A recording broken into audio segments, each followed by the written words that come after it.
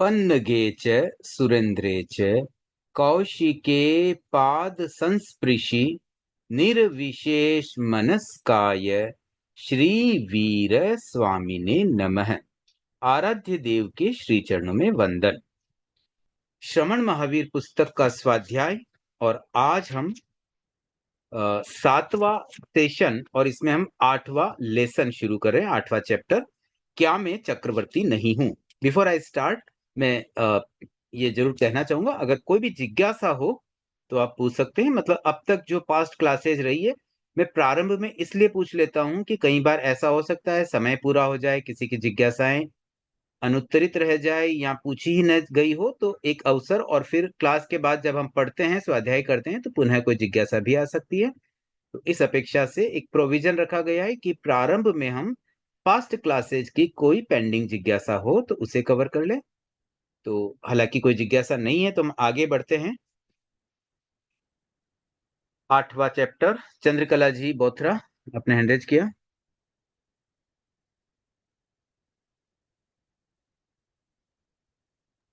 जय जिनेन्द्र सर। मेरी जिज्ञासा है कि बीच में जब हमने अध्ययन किया था तो उसमें द्वार के बारे में बताया गया, प्रथम द्वार द्वितीय द्वार। तब जब भगवान महावीर ने अपनी वो यात्रा की, उसमें जब दूसरे द्वार में आए थे तब एक राजपथ शुरू हो गया, और उसके बाद फिर तीसरे द्वार में जब उन्होंने प्रवेश किया तो फिर भयानक घाटियां, वो भयानक चित्कार, अट्ठास वगैरह शुरू हो गया। तो ऐसा क्यों हुआ सर कि पहले द्वार में।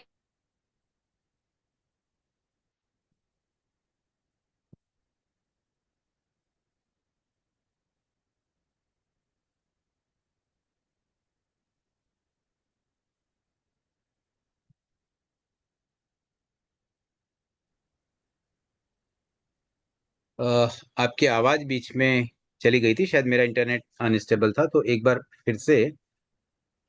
आपने कहा राजपथ आया और उसके बाद भयानक चीजें आई, तो ऐसा क्यों हुआ, यही हाँ प्रश्न था ना हाँ आपका? हाँ हाँ सर, हाँ हाँ बिल्कुल। देखिए, यहाँ पर बात इस तरह से थी कि पहले तो हम उस सही रास्ते पे ही नहीं जा पा रहे थे। मतलब पहले इतने विचार विचार विचार आ रहे थे, और कई लोग विचारों में ही उलझ करके पुनः ध्यान भंग कर लेते हैं कि भाई मेरा तो ध्यान में मन ही नहीं लगता है। तो कहने का मतलब ये था कि जब हम ध्यान करते हैं, अंदर की तरफ जाते हैं, गहराई में जाते हैं, तो इनिशियल स्टेज पे तो विचार ही विचार आएंगे, और उनसे जब हम पार करेंगे तब भी क्लियरिटी नहीं आएगी, वहां पर भी पगडंडियां दिखेगी, सही रास्ता नहीं मिलेगा। और फिर जब वो बहुत सारी, जब बहुत विकल्प आएंगे, अलग अलग तरह के विकल्प आएंगे पगडंडियों के रूप में, तब जाकर के हम एक सही मार्ग पर पहुंचेंगे, जिसे हाईवे से कंपेयर किया गया था, राजमार्ग मार्ग से। अब बात यह आई कि जब हम राजमार्ग पे पहुंच गए, उसके बाद भयानक चीजें क्यों आई, तो यहां तक तो मानो हम एक सही रास्ते पे पहुंचे हैं, और तब जाकर के हमें वो जो भयानक चीजें हैं वो हमारी ही पास्ट संस्कार, तो उन पास्ट संस्कारों तक पहुंचने के लिए भी हमें एक सही मार्ग चुनना था, वो वहां पहुंचना था। तो वो पगडंडियों से होते हुए जब हम राजपथ पर पहुंचे, तब जाकर के हम अपनी पास्ट के संस्कारों तक पहुंच पाए कि हमने पास्ट में जो भी गलत कार्य किए थे, और उनका जो रूप हमें दिख रहा है वो हम देख पा रहे हैं। और तब जाकर के उसके बाद, उससे भी जब हम पीछे और आगे मतलब बढ़ जाते हैं, तब जाकर के अंतिम जो द्वार बताया गया वो सब कुछ क्लियरिटी वाला द्वार था। जी सर, ठीक है sir, thank you. Sudha ji.